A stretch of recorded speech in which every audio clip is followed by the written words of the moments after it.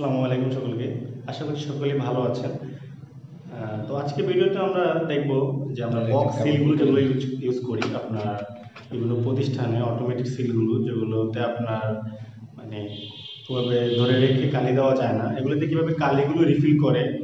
যেমন দুইটা কালার থাকে অনেক সময়, লাল নীল বা লাল কালো, তো দুইটা কালি কীভাবে এটাতে রিফিল করতে হয় এই বিষয়টা আমি আপনাদের শর্ট করে দেখাবো। এটা একটা সিম্পল বিষয়, বাট অনেকের কাছে এটা গুরুত্বপূর্ণ, অনেক সময় জানে না। তো চলুন ভিডিও লম্বা না করে শুরু করা যাক।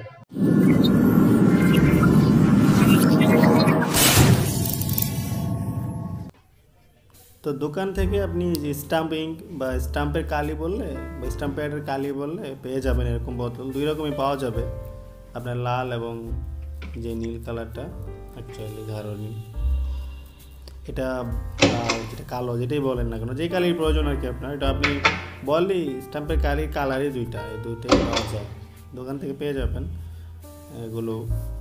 তারপর নিয়ে আসবেন এরকম বালতি, এগুলো বোতল টাইপের থাকে, পরে পিন দিয়ে ফুটো করে নিতে হয় মুখটা। আমি অলরেডি ফুটো করে নিয়েছি। তারপর আপনার যে সিল প্যাডটা আছে এটা খোলটা কীভাবে দেখেন, এটা মাঝ বরাবর থাকে, তো এটা একটু সামান্য চাপ দিয়ে তারপরে পিছন দিক থেকে টিপ দিতে হয়, আঙুল দিয়ে চাপ দিতে হয়, তাহলে এটা আপনার বের হয়ে যাবে। আমি আরেকবার দেখাচ্ছি, দেখেন সামান্য উপরে একটু চাপ দিলে এটা মানে ঘাটে ঘাটে মিলে, তারপরে হালকা টিপ দিলে এটা বের হয়ে যায়। বের হয়ে গেলে এখানে যেখানে আপনার লাল অংশটা সেখানে লাল কালি দিতে হয়, আর যেখানে নীল অংশটা সেখানে গাঢ় নীল অংশটা কালি দিতে হয়। আপনি লাল কালিটা অন্য অংশে দিলে আবার এটা হবে না, যেটা যেভাবে দেওয়া সেভাবেই দিতে হবে, তাহলে আপনার কালিটা অ্যাকচুয়ালি সঠিকভাবে হবে।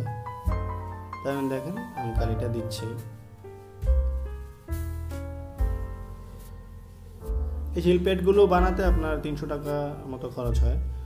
আপনার এটা কত লেখা এটার ভিতরে অ্যাড হবে সেটার উপরে ডিপেন্ড করে। এগুলো যারা প্রিন্টিং প্রেসের কাজ করে সেই সব দোকানগুলোতে এগুলো শিল প্যাডগুলো বানানো হয়।